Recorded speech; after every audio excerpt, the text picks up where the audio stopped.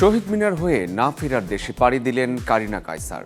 এমন প্রস্থান মেনে নেয়ার মতো নয় বললেন বন্ধু সহকর্মীরা। আমি জানি না মানুষজন কি বলে না বলে, বাট আমি আমার জীবনে আমার সবচেয়ে বড় অ্যাচিভমেন্ট ছিল কারিনার মতো মানুষকে পাওয়া। আমি আর কিছু বলতে পারবো না। ঈদে বড় পর্দায় আসছে কবি জীবনানন্দ দাশের বনলতা সেন, প্রধান চরিত্রে নাবিলা খায়রুল বাশার। ছবির প্রদর্শনীর রেড কার্পেট সহ নানা আয়োজনে মুখর কান উৎসবের সপ্তম দিন। অষ্টম দিনে থাকছে মূল প্রতিযোগিতায় অংশ নেয়া সিনেমা সহ নানা বিভাগের চলচ্চিত্র।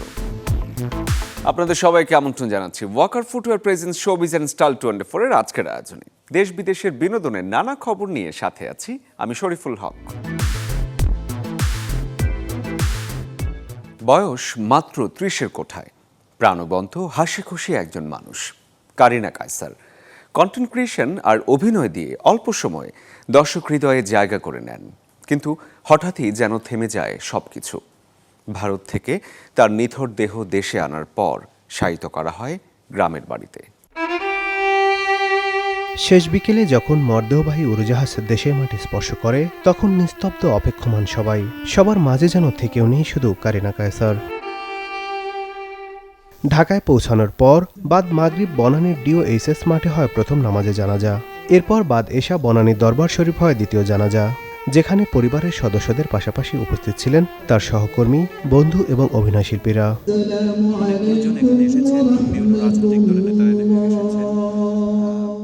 জানা যায় মেয়ের জন্য সবার কাছে দোয়া চান কারিনার বাবা কায়সার হামিদ, আর সবার উদ্দেশ্যে মায়ের আকুতি কেউ যেন ভুল না বোঝে। অবশ্যই দৃষ্টিতে দেখবেন, আজে বাজে কমেন্ট থেকে বিরত রাখবেন, কারণ তাকে আমি চিনি। সে কিন্তু অ্যাকচুয়ালি খুব সরল সোজা একজন মেয়ে। সে কোনো এই যে অনেকেই বলে কোনো দলীয় কিছু আছে কিনা, আসলে সে কোনো দলতলে এগুলি রাজনীতি কিছু বুঝেই না। সে কোনো রাজনীতির মধ্যেও নাই, আগেও ছিল না, এখনও নাই। আমাদের এই দেশে যাওয়ার পথে মনে হলো যে ঠিক আছে, যখন এত মানুষ যাচ্ছে কারিনাকে একটা কমন জায়গায় দেখবে, তো কারিনার সাথে যেন সবার একটা দেখা হয়ে যায়। আপনারা সবাই দুই হাত তুলে দোয়া করবেন। আমরা রাজনৈতিক কোনো প্রেক্ষাপট নিয়ে আমরা আসি নাই, আমরা সবসময়ই চাই যে মানুষ ভালো থাকুক। নিজের সবচেয়ে কাছের বন্ধুকে হারিয়ে কান্নায় ভেঙে পড়েন আরেক কন্টেন্ট ক্রিয়েটর কামরুন নাহার ডানা। আমি জানি না মানুষজন কি বলে না বলে, বাট আমি আমার জীবনে আমার সবচেয়ে বড় অ্যাচিভমেন্ট ছিল কারিনার মতো মানুষকে পাওয়া। আমি আর কিছু বলতে পারবো না। হাসি খুশি এক প্রাণবন্ত জীবনের রীতি হয়তো বাস্তবে নয়, কারিনা কায়সার রয়ে যাবেন ভালোবাসা আর স্মৃতির পাতায়।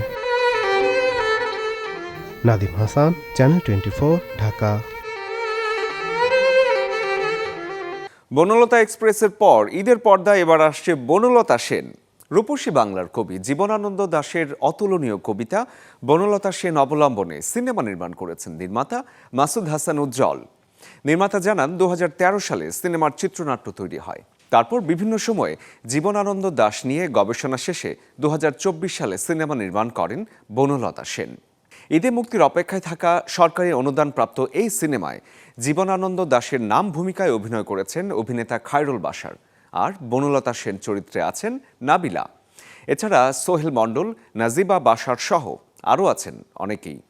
ঈদের বাণিজ্যিক সিনেমার সাথে ভিন্ন ধারার এই সিনেমা কতটা দর্শক টানতে পারবে সেটার জন্য অপেক্ষা করতে হবে ঈদ পর্যন্ত।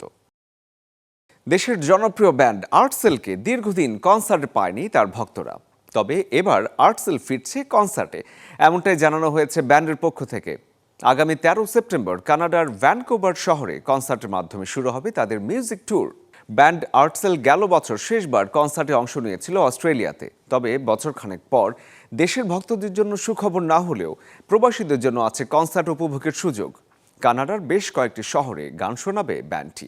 গেল বছর ব্যান্ডের ভোকাল লিংকনের মা মারা যাওয়ার পর আর্টসেল একটি দীর্ঘ বিরতি শেষে আবারও ফিরছে। ব্যান্ডটির বর্তমান লাইন আপে আছে লিংকন, সাজু, সেজান, ফয়সাল ও জুয়েল। যারা নিয়মিত বিনোদনের খোঁজ খবর রাখেন তারা জানেন চলছে ৭৯তম কান চলচ্চিত্র উৎসব। ফ্রান্সের সাগর পাড়ের শহর কানে আয়োজিত এই উৎসবে আছেন সহকর্মী শাহরিন জেবিন। তার কাছ থেকে জানবো সপ্তম দিনের আয়োজনের আদ্যপান্ত। কান চলচ্চিত্র উৎসবের ৭৯তম আসরের সপ্তম দিন। এই দিনটাতে আলোচনায় আছে কোরিয়ান মুভি হোপ। এই ছবির গল্পটা এরকম যে একটা প্রত্যন্ত গ্রাম, যে গ্রামের নামই হোপ হারবার, সেই গ্রামে হুট করে একটা গুজব ছড়িয়ে পড়ে যে বাঘ আসছে। তো বাঘ আসছে বলে সেখানকার পুলিশ প্রধানকে সতর্ক করা হয় এরপরে বিভিন্ন রকমের কথাবার্তা চারিদিকে ছড়িয়ে পড়ে, আর সেখান থেকে গ্রামের মানুষজন কিছু রহস্যময় পরিস্থিতির শিকার হন। সেই রহস্যময় পরিস্থিতি ঘিরেই সিনেমার গল্প এগিয়েছে। কোরিয়ান এই মুভিটা আলোচনায় এসেছে, দর্শকরা দেখে খুব ভালো বলছে। এখানকার জার্নালিস্টদের সাথে আমি কথা বলেছি, তারাও বলছেন সিনেমাটা দারুণ হয়েছে এবং এই সিনেমাটা নাকি মূল প্রতিযোগিতা বিভাগে লড়ছে এবং প্রতিদ্বন্দ্বিতাকে আরো বেশি জোরদার করে ফেলেছে। আর একটা বিষয় যে এবারে কিন্তু জুরি বোর্ডের যিনি প্রধান তিনি কিন্তু কোরিয়ান নির্মাতা, প্রযোজক, চিত্রনাট্যকার পার্ক চ্যাং ওক। তো কোরিয়ান ফিল্ম মেকারদের একটা আধিপত্য এই বছরটায় দেখা যাচ্ছে, যে তারা ফ্রান্সের মুভি নিয়েও কিন্তু এসেছে একাধিক নির্মাতা। তো এটা যেমন আজকের দিনে ছিল, তো দিনের শুরুতে গ্যারেন্স একটা সিনেমা দেখানো হয়। সেই সিনেমাটাও ফ্রেঞ্চ নির্মাতার সিনেমা। একজন নারীর জীবনের সংগ্রাম এখানে তুলে ধরা হয়েছে, পাশাপাশি ফ্রান্সের বা এই এলাকার ঐতিহ্য বা এই এলাকায় বেড়ে উঠতে হলে যে জীবনযাপনের ওপর কিছু ইম্প্যাক্ট পড়ে সেই বিষয়গুলো উঠে এসেছে। তো এর পাশাপাশি আজকের দিনে মূল প্রতিযোগিতা বিভাগে তিনটে সিনেমা দেখানো হয় আছে দেখানোর তালিকায়। আবার আসার্তে রিগাত বিভাগে 2টো সিনেমা দেখানো সহ আরো একাধিক মুভি বিভিন্ন ক্যাটাগরিতে দেখানো হচ্ছে।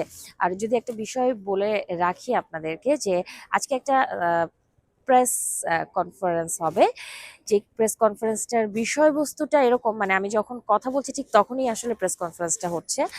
তো বিষয়বস্তুটা এরকম যে ফান্ডরাইজিং বিষয়, তহবিল সংগ্রহের বিষয়ে একটা প্রেস কনফারেন্স, যেখানের একটা এজেন্ডা সম্পর্কে আমি জানি যে যে তারকারা ব্যান হয়ে যায় হলিউডে, কারণ গাজা ইসরায়েল ইস্যুতে, বিভিন্ন যুদ্ধ ইস্যুতে বা মানবতার খাতিরে দেখা গেছে যে ভৌগোলিক রাজনৈতিক মতাদর্শ থাকে বিভিন্ন মানুষের, বাট হলিউড তারকারা কিন্তু আমি এর আগেও জানিয়েছি যে স্ট্যান্ড বাই থাকে মানবতার পক্ষে।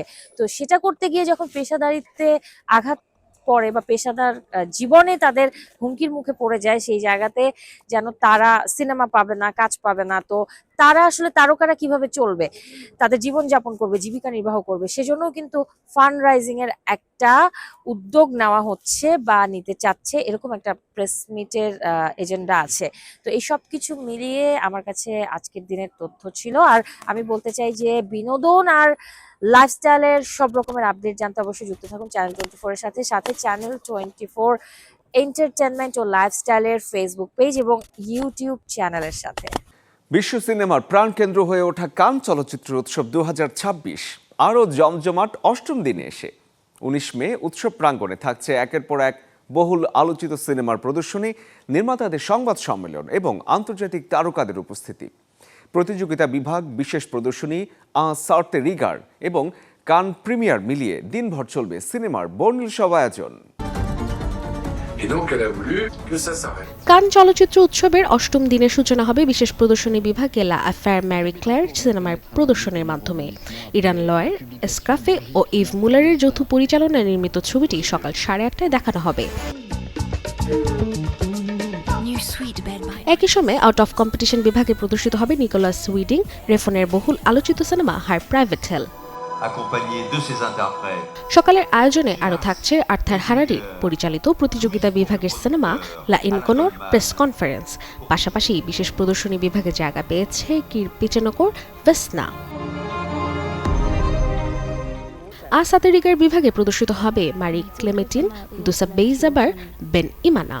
আর দুপুরে অনুষ্ঠিত হবে ক্রিস্টিয়ান মুগুন পরিচালিত প্রতিযোগিতা বিভাগের সিনেমা এফজোর্ডের সংবাদ সম্মেলন।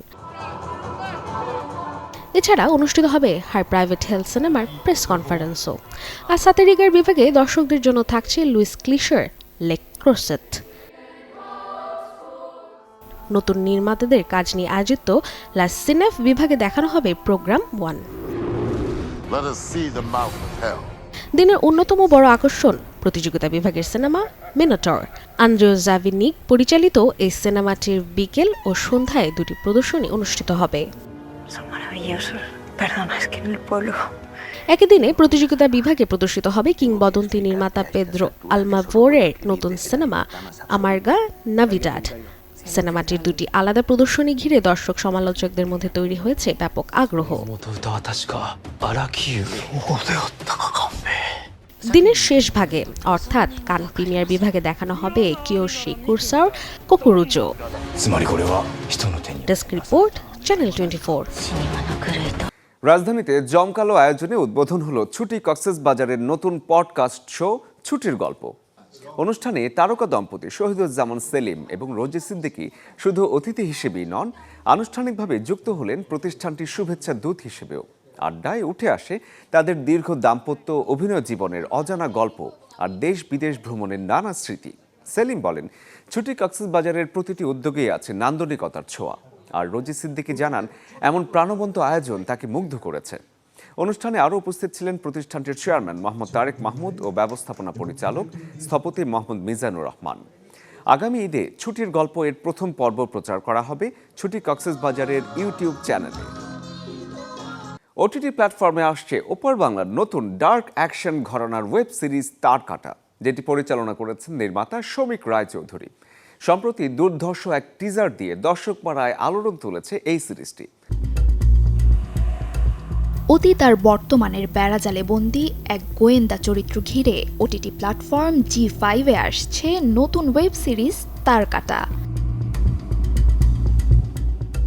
গল্পে দেখা যাবে কোনো এক অমীমাংসিত তদন্তের ইতি টানতে গোয়েন্দা বেশে পুরনো শহরে ফিরে আসেন এক সাবেক পুলিশ অফিসার। কিন্তু একটি দুর্ঘটনার কবলে তার বেশ কিছু স্মৃতি আবছা হয়ে পড়লে তিনি ফেসে যান অবদমিত অতীত আর বর্তমানের গোলক ধাঁধায়, যেই ধাঁধার সমাধানেই টানটান উত্তেজনা, প্রতিশোধ আর ব্ল্যাক হিউমারের মিশেলে জমে উঠবে কাহিনী। সিরিজটিতে এবার একেবারে ভিন্ন লুকে ওয়ান লাইন স্টোরি নিয়ে পর্দায় হাজির হবেন ওপার বাংলার জনপ্রিয় অভিনেতা বিক্রম চট্টোপাধ্যায়। নির্মাতা শৌমিক রায়চৌধুরী পরিচালিত এই সিরিজে আরও থাকছেন মেয়াং চ্যাং, সত্যম ভট্টাচার্য, আয়ুষ দাস এবং সুস্মিতা রায়। চলতি বছরের জুনে মুক্তির অপেক্ষায় আছে সিরিজটি। সম্প্রতি প্রকাশ্যে আসা এর অফিসিয়াল টিজারটিতেই মিলেছে এমন আভাস। Desk report, channel 24। হলিউডে আসছে অ্যাডভেঞ্চার আর সায়েন্স ফিকশনের মিশেলের নতুন কমেডি ড্রামা আই লাভ বুস্টার্স, যেটি পরিচালনা করেছেন নির্মাতা বুটস রাইলি। ছবির গল্পে দেখা যাবে একদল চতুর ও আধুনিক চোর যারা নামী ব্র্যান্ডের দামি পোশাক চুরি করে সাধারণ মানুষের কাছে কম দামে বিক্রি করে। তবে গল্পের টার্নিং পয়েন্ট আসে যখন তারা এক ধনকুবেরের সাম্রাজ্যকে লক্ষ্যবস্তু বানায়। চুরির সাধারণ লড়াইটি এক পর্যায়ে রূপ নেয় বিশাল বিদ্রোহে, কারণ মিশনটির মোড় বদলে চলে যায় পুঁজিবাদী সমাজ এবং কর্পোরেট সিস্টেমের বিরুদ্ধে। সিনেমার প্রধান চরিত্রে অভিনয় করেছেন কিকি পামার, নাওমি অ্যাকি এবং টেলর পেজ। এছাড়াও অন্যান্য গুরুত্বপূর্ণ চরিত্রে আছেন ডেমি মুর, ল্যাকেট স্ট্যানফিল্ড, উইল পোল্টার এবং ডন চিডল সহ আরও অনেকে। 22 মে প্রেক্ষাগৃহে মুক্তির অপেক্ষায় আছে সিনেমাটি। দর্শক, এতক্ষণ আমরা ছিলাম বিনোদন জগতের নানা খবরাখবরে। এবারে জানাবো জীবনযাপনের কিছু গল্প, দেখে আসবো লাইফস্টাইলের আপডেট। এক টুকরো কাপড়, অথচ কত রং, অনুভূতি আর স্টাইলের গল্প লুকিয়ে থাকে তাতে। ওড়না যেন শুধু একটি পোশাক নয়, এটি ব্যক্তিত্ব আর নান্দনিকতারও অংশ। রাজধানীর আজিজ সুপার মার্কেটে এমনই রঙিন সম্ভারে দেখা মিলেছে ওড়না নামে একটি দোকানে। পাশাপাশি এবার পেয়ে যাবেন ঈদের কালেকশনও। রঙিন কাপড়ের ভাঁজে ভাঁজে যেন লুকিয়ে আছে নারীদের ছোট ছোট ভালো লাগা। কোথাও সাদামাটা নকশা, কোথাও আবার হাতে করা কারুকাজ। সব মিলিয়ে ওনার এই দুনিয়া যেন গল্প বলে আলাদা এক সৌন্দর্যের। রাজধানীর আজিজ সুপার মার্কেটের এই দোকানটির যাত্রা শুরু হয়েছিল মূলত খাদি কাপড়ের ওড়না দিয়ে। সময়ের সঙ্গে বদলেছে চাহিদা, বেড়েছে ডিজাইনের বৈচিত্র্য। ওড়না হচ্ছে আমাদের খাদির উপরে আছে, কটনের উপর আছে, রেয়নের উপর আছে। খাদি সুতা থেকে শুরু করে সব আমাদের নিজস্ব, আর খাদি হচ্ছে আমাদের অনেক ফেমাস আর কি। আর খাদি সব জায়গায় পাওয়াও যায় না, এটা সব কিছুই হচ্ছে আমাদের এখান থেকে। আর আমাদের কাপড়ি বাংলার ওড়নাগুলো হচ্ছে মানে বাংলাদেশকে প্রেজেন্ট করে বা বাংলাদেশের ঐতিহ্যকে প্রেজেন্ট করে থাকে। দেশীয় ঐতিহ্যের সঙ্গে আধুনিক ফ্যাশনের ছোঁয়া মিশিয়ে তৈরি করা হচ্ছে এসব ওড়না। আর সাধ্যের মধ্যে দাম হওয়ায় ক্রেতাদের ভিড়ও বাড়ছে প্রতিদিন। বিশেষ করে তরুণীদের কাছে এখন ওড়না শুধু পোশাকের অংশ নয়, বরং স্টাইল স্টেটমেন্টও। তাই রং, কাপড় আর নকশায় রাখা হচ্ছে ভিন্নতা। এখানে ঢাকা বিশ্ববিদ্যালয়ের অনেক স্টুডেন্ট আছে, ওরা হচ্ছে টেলিগ্রাফি, লেখালেখি, তারপর হচ্ছে আপনার খাদির উপরেই বেশি ফোকাস করা হয়, ওগুলোই নিয়ে থাকে।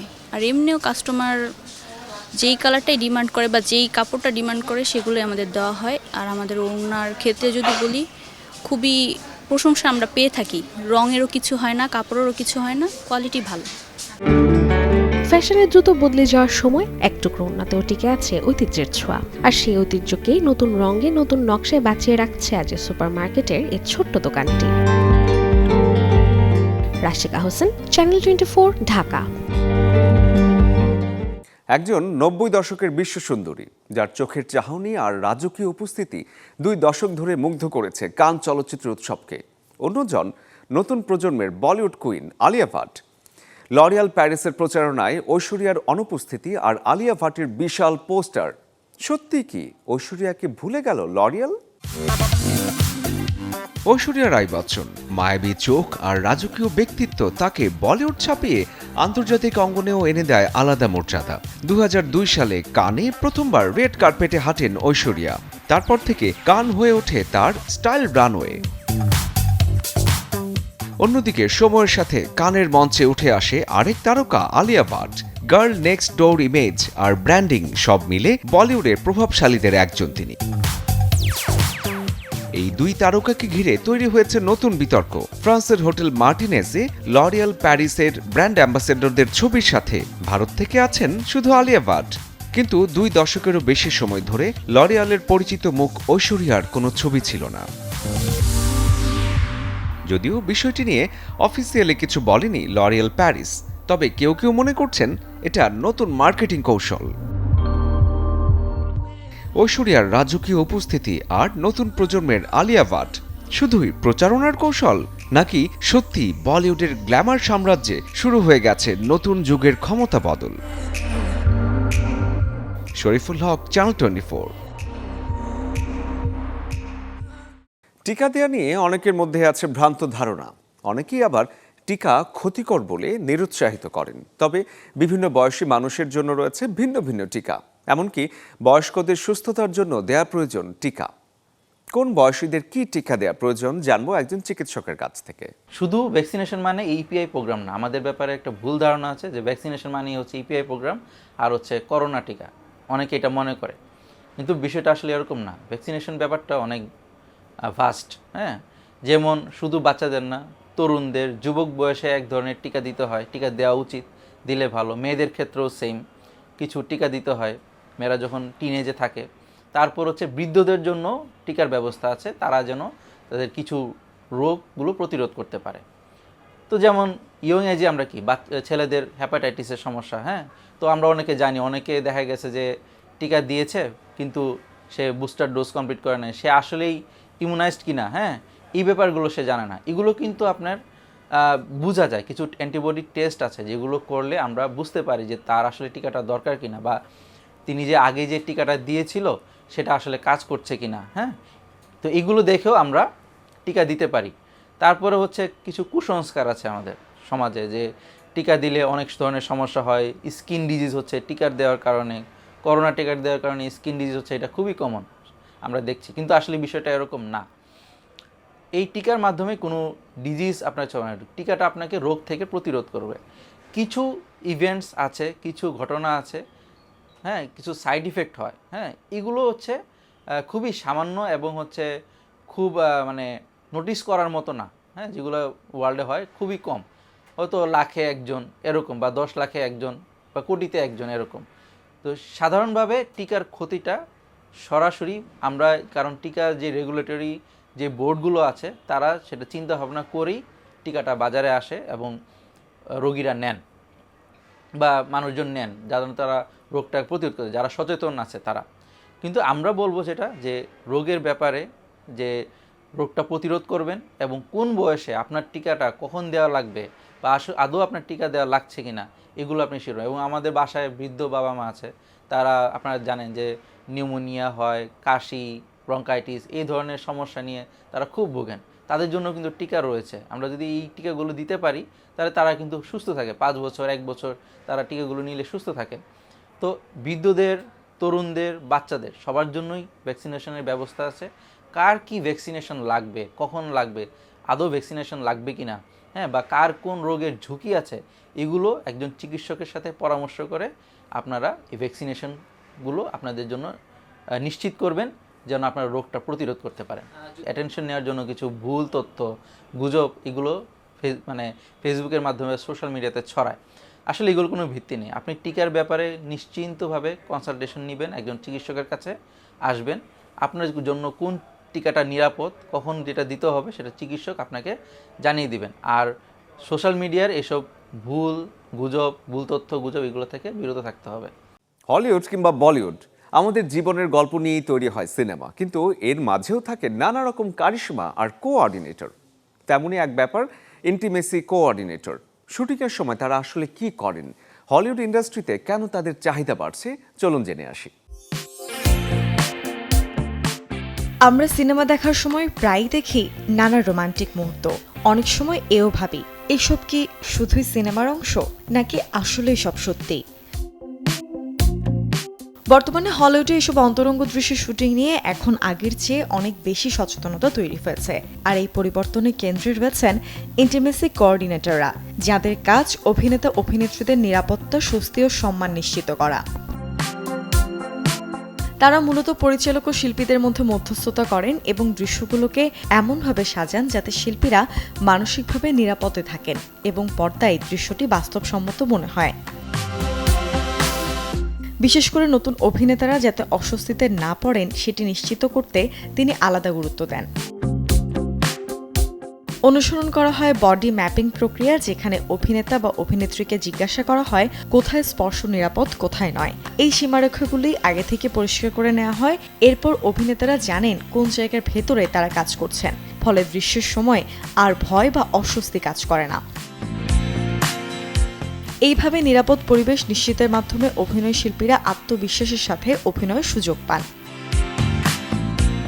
হলিউডের জনপ্রিয় ইন্টিমেসি কোঅর্ডিনেটরদের মধ্যে আছেন ইটা ওব্রায়েন, যিনি সেক্স এডুকেশন ও নর্মাল পিপলের মতো জনপ্রিয় সিরিজের জন্য বিশেষভাবে পরিচিত। আর ইউরোপিয়া সিরিজে যার কাজ দারুণভাবে প্রশংসিত হয়েছে তিনি এলিসা রডিস। অন্যদিকে লিজি টালবট পরিচিতি পেয়েছেন ব্রিজারটন ও দ্য উইচার সিরিজের জন্য। Desk report, channel 24।